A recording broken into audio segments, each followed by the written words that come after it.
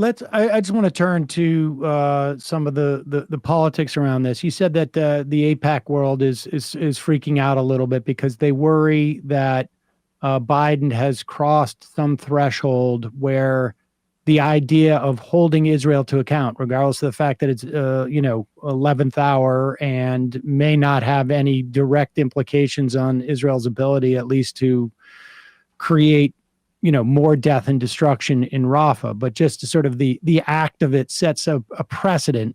Obama had done that a little bit, but not as sort of like publicly, and I think as there wasn't as much scrutiny as going on at that time. Does that change their plan, AIPAC's? Do you think in their targeting people like Bowman and Cori Bush? I mean, they're going to target some of these Justice Democrats. Do you think it changes their plan, or does it make it them more determined to show that they can take some people out? I think it makes them more determined. I think you're going to see my colleague Akil Lacy had a piece saying that AIPAC's looking at spending 20 to 25 million against Bowman. It's a really expensive media market. Jesus. And is going to go hard again, and they're all out. It's one of the only races where they're okay. They're fine to make it about. Like every other race, they pretend it's about something else. This one, they're going to hit him on everything. They're going to hit him on fire alarm and 9/11 stuff, but they're also openly going after him. I've been doing reporting, and I'll have another story out maybe within the hour about this Portland congressional race. I don't know if you followed this. Yes. Pramila Jayapal's sister, Multnomah County Commissioner Susheela Jayapal, was the front runner for most of this race to replace Earl Blumenauer, and it's Portland, so you can't really come in, with AIPAC dropping millions of dollars against somebody and for another candidate. So last week I reported that they were funneling their money kind of through this 314 action. Which is a super PAC that has been set up over the last several years to support scientists running for office and to support a pro-science agenda. But it was actually AIPAC money that was flowing into this super PAC. And then there was another one set up called Americans for Responsive Government. And they popped it up on April 1st, which is the day after the filing deadline ends. And so they don't have to disclose donors until May 20th. And the election is on May 21st, and with mail-in voting, most people will already have voted by then. The news story I'll have out today is I talked with somebody who works for 314 Action, who straight up confirmed, yes, we did this through AIPAC, and we're going to be going after Bush, Cori Bush, pretty soon, but they're going to set up a slightly different super PAC there to go after Bush now that there's more heat on them. Just this morning, I got an AIPAC donor on the phone because the candidate herself had to release this 48-hour report that showed she had a massive fundraiser on Tuesday with like 80 people that gave, and almost all of them, if you search their history, they gave to AIPAC as well. So it was an AIPAC fundraiser. I called this woman up who gave $3,300, the max amount, on Tuesday. I said, were you at this fundraiser? She's like, no, I wasn't at the fundraiser, and I don't know who you're talking about. I didn't give to this woman. I was like, well, you're listed in FEC as, giving her a maximum contribution. And she's like, oh, well, I give all my money through AIPAC. Whatever AIPAC tells me to do, I just give them. I just max out to them. Wow. So like this progressive Democrat's ability to deny that she's getting AIPAC support is over. But she's got millions of dollars coming in at the very last minute. And so it may be too late. And it may be too late for voters to find out. And so, she may, have pulled it off, by waiting until the very end. This is Jayapal's opponent. Of money to come in. Right.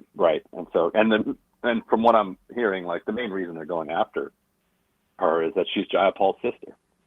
Like it's like partly it's personal in a lot of ways. Like AIPAC really hates Pramila Jayapal, because she can't really be marginalized like some of the squad members. Right. and she's chair of the Progressive Caucus, which can wield significant power. So in some ways it's more dangerous to them. It really does making, sort of defending these candidates to the extent that they can be defended that much more important, because the best way, AIPAC's never going to run out of money, but it's going to be a little bit harder if they go back to these donors and say, yeah, we were 0 for 4, or whatever it is, right. or 0 for 5 or 0 for 6.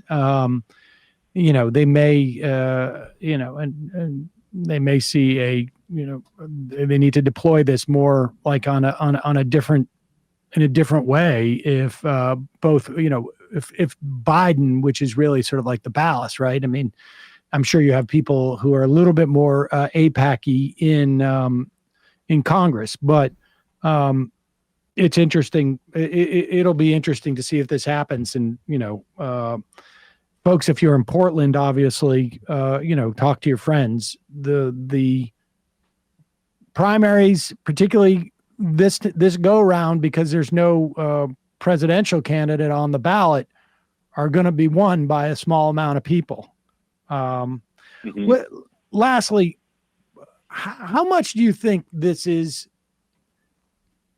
hurting Biden in either direction politically? Because, I'm looking at there was a rash of polls that came out last week that say young people are upset with Biden, but it's not necessarily what they're going to vote on in a broad sense. And I think, my sense is that the Biden people are looking at the demographics and feel they can lose more young people than they did in 2020, only because the raw number of those young people is so huge. And so, if they won 65-35% last time, they can afford in their mind to lose, to win 57-43 just because of how many numbers there are. And, we are in this is the first general election that is going to be post sort of like the vast majority of deaths of COVID. We still have people dying. And presumably, statistically speaking, they're more Trump voters than Biden voters. But do you think that, A, there's a first order problem for Biden with this? And B, my theory has been that activists tend to be the most sensitive to this issue because they follow the news the most. And instead of get out the vote for Biden, they're like less than enthused because they're in this sort of moral quandary. That is the big problem, because the way that Trump was beaten in 2018 and 2020 and 2022 after Roe v. Wade was from an enormous amount of enthusiasm kind of against him. If that is dampened by this, then that has a disproportionate impact. Because right, like you said, those are the people that are talking to their social circle. Those are the people that are knocking on doors, making phone calls. We'll find out, how much any of that matters. 2020 was an interesting test case in the sense that Democrats basically did zero door knocking because they were still, masking and social distancing in November 2020, whereas Republicans had abandoned that. And so they were door knocking and canvassing and doing all that. And it probably made it closer. Like the studies do suggest there was definitely some marginal change as a result of that. So we might just have the same thing. There was barely any door knockers.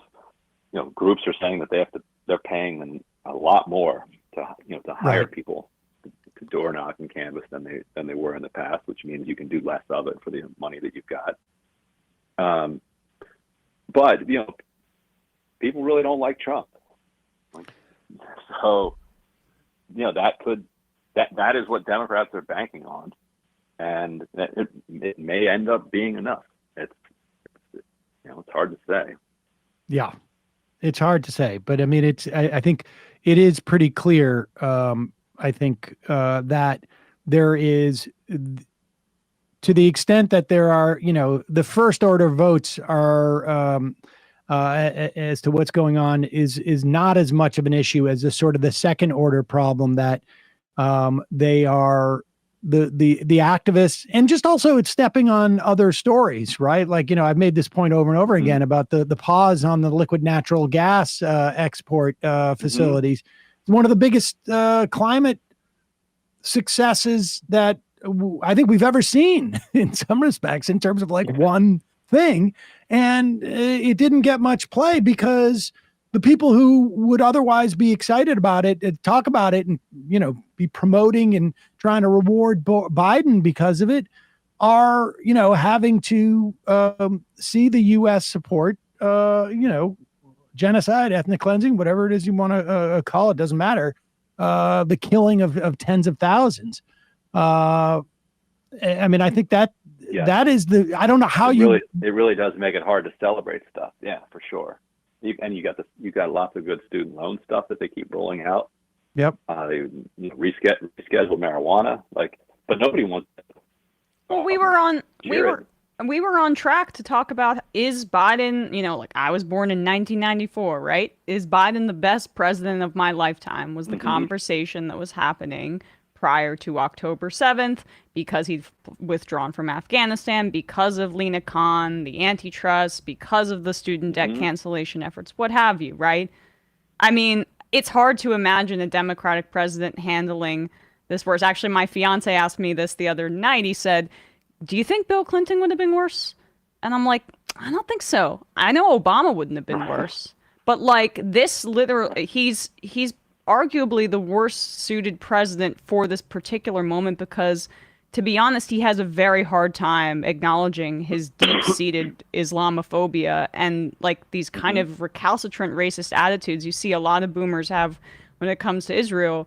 But Biden is just, I mean, we know he's ideological. It's just, it also seems like a political miscalculation to me, but it's hard to say. Yeah, the Golda Meir conversation is still fresh in his mind. Right. Yes, that she really made fresher than anything that happened the last year. That's exactly. Undoubtedly that's the way it works. Believe me, I'm getting to that age, and I can't remember what happened earlier this week, but I do remember my favorite sled I had as a child. Ryan Grimm. What color was it? It was red. It was red. Ryan Grimm. It was actually, it had the runners. I mean, it is like the one. Yeah. It sounds like it's out of Rosebud, and it was called Rosebud. Yeah. Yeah. Ryan Grimm, always a pleasure. Thank you for taking a break from your Learning Annex class. I know you're taking this one on how to operate computers. These newfangled computers, and so I really appreciate your taking the time to talk to us. My pleasure, always. All right, see you, Ryan. Bye.